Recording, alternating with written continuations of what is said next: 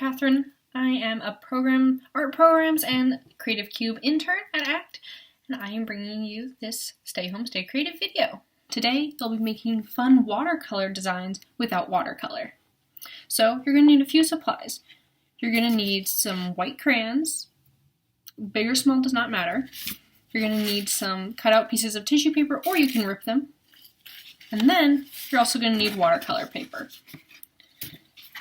Lastly, you're going to want some kind of water. You can have it in a spray bottle or just like a cup of water, which I have because I don't have a spray bottle.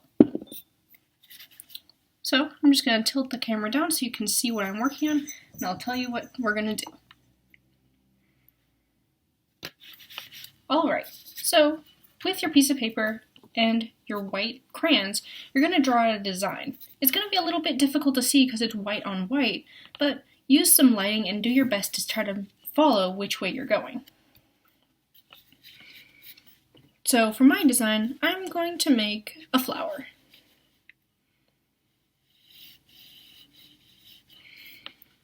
Your design doesn't have to be perfect in any way. Just do your best to see if you can follow where you're going. I'm doing a stem with some leaves. Trying to color in those leaves as best as I can. Add another leaf over here.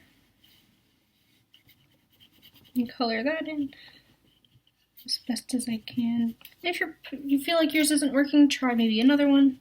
This one's a little bigger so it gets a little more coverage. And now for the flower.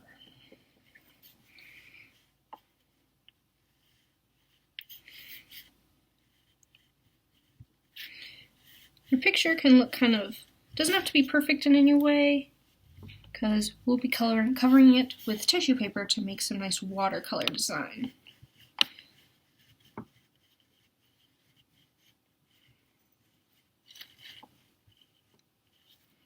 Alright, while you can't really see what I made, we'll see how it turns out.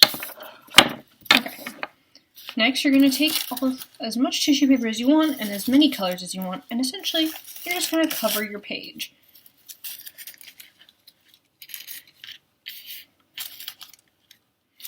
So I'm just going to start putting colors together in any way that I like. You can make it patterned or not. I'm not going to do any patterns. I'm just going to put some down. I'm going to try to put as many different colors as I can. Maybe some nice pinks and whites. Oranges, yellows. What's going to happen is once you put the water onto this page, it's going to soak all the color from the tissue paper onto the paper and give it kind of a watercolor look. And some nice dark blues, light blues.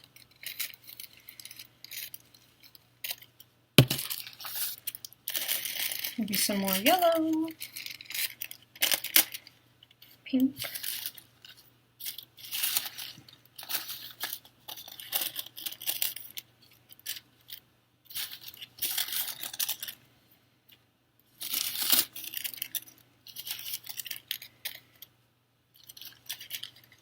Okay, and it doesn't have to be fully covered, but I chose to fully cover mine.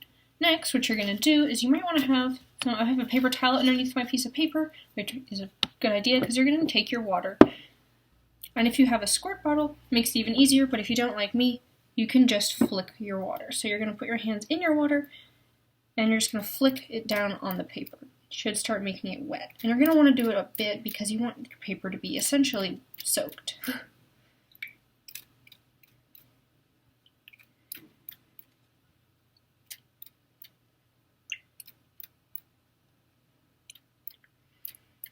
I don't know if you can see, but some of the colors are already starting to blend in with each other and should make a really interesting design.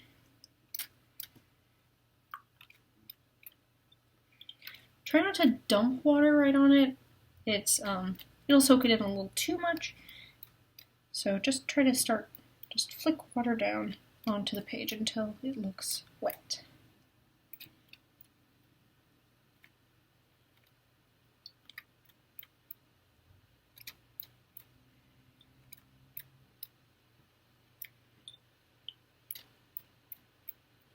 Alright, well I think I'm going to stop there and leave that where I want, and then you're going to let it sit and dry.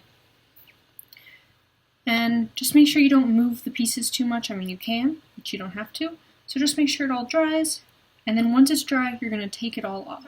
And after your piece has dried, it should look kind of like this. It might be even more colorful. I didn't add enough or let it dry for very long, so it didn't come out completely full, but it should look similar to this. As you can see, part of my design has stayed despite the watercolor. You can see that's the pen, the crayon right there. So yeah, I would love to see what some of you guys end up with, and I hope you had a lot of fun.